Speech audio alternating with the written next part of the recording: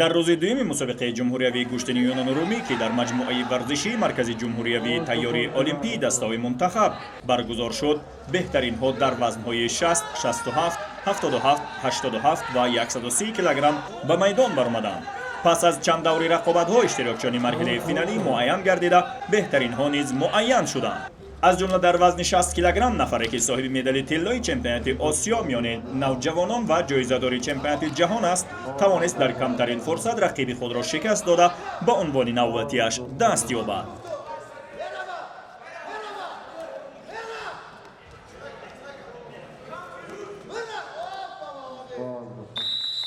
бори чорум аст ки дар ин мусобиқаи ҷумҳуриявӣ ҷои аввалро ишғол мекунам. рақибони ман аз хуҷанд буданд, якум рақиби ман, дуюм рақиби ман аз шаҳри душанбе буд, сеюмам аз хатлон буд. онҳоро мағлуб карда ҷои аввал шудам. дар умум рақобатҳои марҳилаи финалӣ бисёр пуршиддат сурат мегирифтанд. аз ҷумла варзишгарони сангин вазн низ дар маҳорат ва анҷоми усул чусту чолок ва мисли варзишгарони вазнҳои сабук ва миёна пурталош буданд. дар рақобати финалии сангин вазнҳо низ абубакр ҳарифашро пеш аз муҳлати муайян гардида шикаст дод. ҷасур бошад варзишгарест ки маҳорати худро дар бисёре аз риштаҳо санҷида ниҳоятан гӯштини юнону румиро интихоб намуд ва интихобаш ҳам дуруст буд, зеро то кунун чандин бор қаҳрамони тоҷикистон шуда, ин бор ҳам ҳарифашро дар рақобати ниҳоӣ бидуни мушкил ва бо ҳисоби 8-0 шикаст дод.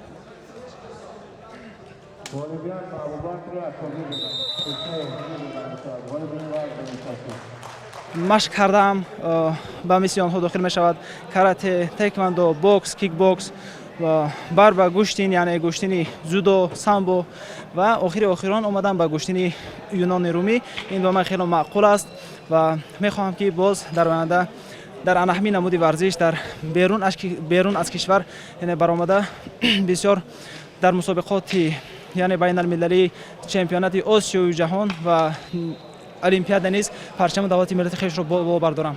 ҳамин тавр ҷоизадорони ҳамаи 5 вазн дар дуюмин рӯзи чемпионати ҷумҳуриявии гӯштини юнону румӣ муайян гардида, аз сӯи масъулон ва собиқадарони ин ришта медалу ифтихорномаҳоро дарёфт намуданд. дар вазни 60 килограмм Фирӯз Мирзо Раҷабов ғолиб, Нодир Сангов ноиб қаҳрамон шуда, Каримов Ҷавоҳир ва Ҳабибов Ҳотамбой зинаҳои сеюмро гирифтанд. дар вазни 67 килограмм Алиҷон Ҷураев медали тилло, Муҳаммад Раҳимов нуқра ва Зокиров Ҷурабеку Сангов Шоҳрух медали биринҷӣ дарёфт карданд. дар вазни 77 килограмм бошад Ҷасур Айюбов ҷои якум, Абдуллоҷон Кӯганов ҷои дуюм, Фарҳод Шерматов ва Фаридун Исопов зинаҳои сеюмро ба худ ихтисос доданд. Ансор Муҳунов ва Акмал Одинаев қаҳрамон ва ноиб қаҳрамони вазни 87 килограмм шуда, Равшанбек Самиев зинаи сеюмро ба худ ихтисос дод. ва ниҳоятан дар вазни 130 килограмм Абубакри Акобир нишони тилло, Хисрал Нарзуллоев медали нуқра, Абубакр Пулодов ва Хуршед Шавкатзода соҳибони медали биринҷии чемпионати кишвар оид ба гӯштини юнону румӣ шуданд.